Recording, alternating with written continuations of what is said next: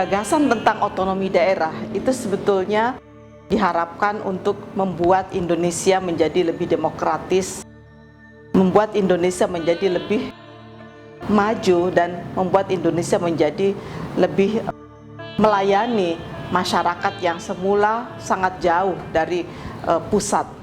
Jadi ujungnya adalah membawa kepada kemaslahatan dan kemajuan masyarakat. Tetapi yang terjadi kemudian salah satu imbasnya adalah munculnya berbagai bentuk peraturan daerah yang kemudian disebut dengan perda yang bernuansa agama. Perda-perda ini antara lain berkaitan dengan kompetensi keagamaan seseorang. Misalnya perda-perda yang berkaitan dengan kemampuan baca tulis Al-Quran. Jadi di sejumlah daerah muncul peraturan-peraturan daerah yang mewajibkan baca tulis Al-Quran bagi siswa-siswa yang akan misalnya dari SD ke SMP, dari SMP ke SMA, dan seterusnya. Jadi murid-murid yang tidak mampu baca tulis Al-Quran dengan baik itu tidak bisa ikut seleksi atau diterima di dalam suatu pendidikan. Ini menurut saya aneh karena kemampuan baca tulis Al-Quran itu tidak ada di dalam salah satu kemampuan yang disyaratkan untuk mengikuti jenjang pendidikan tertentu. Demikian juga perda-perda yang berkaitan dengan busana seseorang, apalagi busana perempuan. Di sejumlah peraturan daerah ditemukan perda-perda yang mengatur kewajiban pegawai negeri untuk menggunakan busana dengan menutup kepala atau disebut dengan jilbab.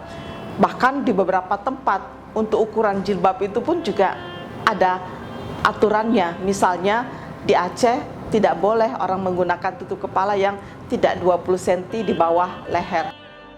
Bahkan juga ada aturan yang sangat rigid di Kalimantan Selatan bahwa seorang pegawai negeri perempuan itu harus menggunakan busana muslimah yang ukuran tangannya sekian, ukuran bajunya sekian. Menurut saya ini sangat-sangat tidak demokratis.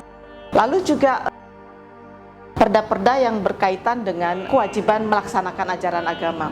Di beberapa kabupaten termasuk di daerah Kepulauan Riau itu ada peraturan daerah yang mewajibkan pegawai negeri untuk sholat zuhur di masjid raya, sholat asar di masjid tertentu.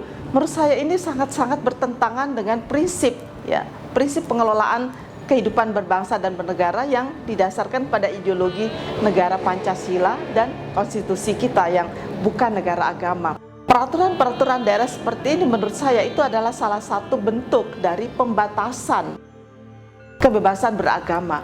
Karena sebagai warga negara, seseorang itu tidak boleh dibatasi atau diwajibkan untuk melaksanakan ajaran agama. Sebab menurut saya, kewajiban agama itu adalah sesuatu yang harus kita lakukan dengan pilihan bebas. Hanya dengan cara itulah, maka pahala itu dapat menjadi relevan di dalam pelaksanaan ajaran agama. Tetapi kalau ajaran agama itu kita lakukan dengan cara terpaksa atau karena mengikuti aturan, maka saya pikir kita tidak relevan yang mendapatkan pahala atau ganjaran dari pengamalan ibadah tersebut. Karena itu tidak membuat kita menjadi manusia merdeka yang diakui hak-haknya sebagai manusia maupun sebagai warga negara. Oleh karena itu mari kita berpikir ulang ya tentang kewajiban-kewajiban atau dalam bentuk peraturan-peraturan daerah yang kita sebut perda-perda bernuansa agama. Ini sangat tidak demokratis karena itu bertentangan dengan prinsip-prinsip negara hukum, prinsip-prinsip negara demokrasi yang menjamin kebebasan setiap warga negara untuk melaksanakan ajaran agamanya secara bebas berdasarkan kesadaran. Karena itu bagi saya mari kita mendorong ya para kepala daerah maupun juga para pemimpin di berbagai daerah untuk mencermati bahwa di dalam upaya membangun masyarakat yang religius itu bukan dengan cara memaksa mereka untuk melaksanakan atau mewajibkan mereka untuk melaksanakan ajaran mereka dengan cara-cara yang tidak demokratis. Tetapi mari kita mendorong mereka untuk memilih melaksanakan ajaran mereka itu dengan sepenuh hati berdasarkan kesadaran kemanusiaan mereka. Hanya dengan cara itulah kita dapat membangun manusia Indonesia di masa yang akan datang yang mengerti hak-haknya baik sebagai warga negara maupun sebagai manusia hamba Tuhan.